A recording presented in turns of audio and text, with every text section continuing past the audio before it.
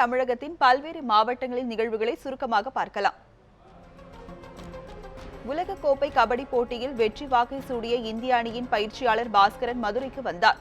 அவரை குடும்பத்தினரும் உறவினரும் பொன்னாடை போர்த்தி வரவேற்றனர். அப்போது பேசிய அவர், கபடி போட்டிக்கும் விளையாட்டுக்கும் மத்திய மாநில அரசுகள் முக்கியத்துவம் கொடுக்க வேண்டும் என்றார்.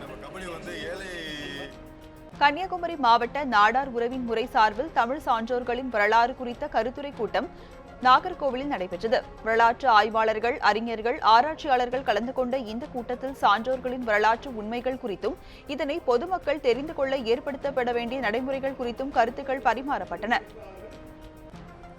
தமிழ்நாடு பெட்ரோலியம் விற்பனையாளர்கள் சங்கத்தின் மண்டல கூட்டம் திருச்சியில் நடைபெற்றது. இந்த கூட்டத்தில் பெட்ரோலுக்கு ₹1.20 டீசலுக்கு 77 கமிஷன் தொகையை உயர்த்த வேண்டும் என எண்ணெய் நிறுவனங்களுக்கு கோரிக்கை விடுக்கப்பட்டது.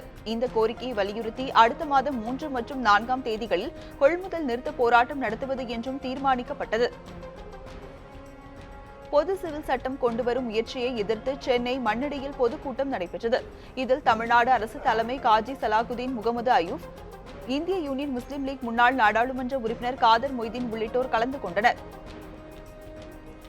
பொது சிவில் சட்டத்தை நடைமுறைப்படுத்த கருத்தை கேட்பதை ஏற்க முடியாது என தமுமுக தலைவர் ரிவாயி தெரிவித்துள்ளார். சேலத்தில் பேசிய அவர், இந்திய அரசியலமைப்பு சட்டம் தந்துள்ள உரிமையில் மாற்றம் செய்யாமல் அப்படியே பாதுகாக்க வேண்டும் என்று வலியுறுத்தினார்.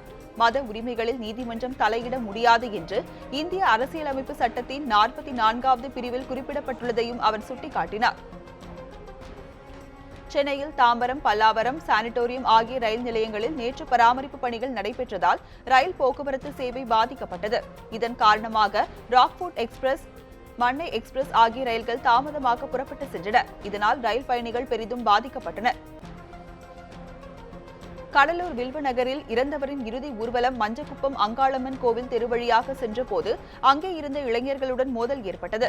இந்த மோதலில் காயமடைந்த 9 பேர் அரசு மருத்துவமனையில் அனுமதிக்கப்பட்டுள்ளனர். தகவலறிந்த வில்வநகர் இளைஞர்கள் தாக்கியதில் அங்காளம்மன் கோவில் தெருவை சேர்ந்த பழனி என்பவர் உயிருக்கு ஆபத்தான நிலையில் புதுச்சேரி ஜிப்மர் மருத்துவமனையில் சேர்க்கப்பட்டுள்ளார்.